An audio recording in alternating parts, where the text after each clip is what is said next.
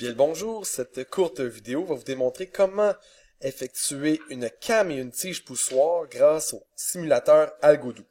Donc déjà, vous pouvez voir les différents éléments qui sont présents sur mon écran, c'est-à-dire j'ai deux formes rectangulaires en gris qui sont fixées sur le fond de mon arrière-plan. J'ai également une tige qui est rattachée avec un pivot juste ici à un cercle. Ça correspond à ma tige poussoir. Et vous avez la came qui est juste ici en bas. Donc, je vais surtout mettre l'accent sur comment faire cette forme pour faire la came.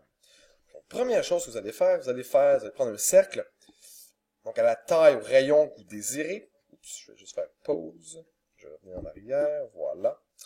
Donc, je vais prendre un cercle et je vais tout de suite le copier pour avoir la même taille. Donc, c'est ici. Donc, un deuxième cercle comme ceci.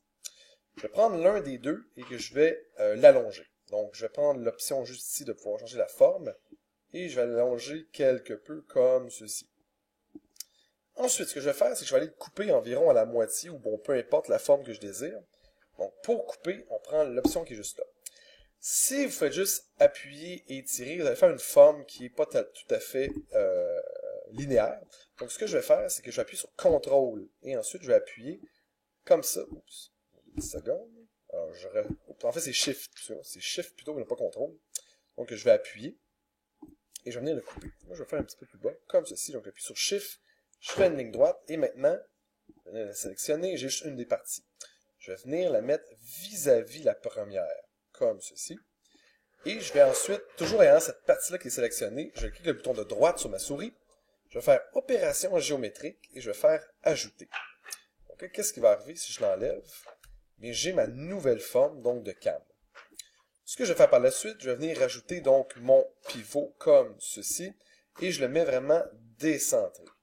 En le mettant de manière décentrée, je vais m'assurer donc que ma came effectue les mouvements désirables qui sont associés donc à la came et à la tige poussoir. Je vais rajouter un moteur rotatif, comme ceci. Je vais venir supprimer ça. Je vais venir supprimer ça. Et là, si j'appuie sur le bouton Play, donc vous voyez, j'ai ma came.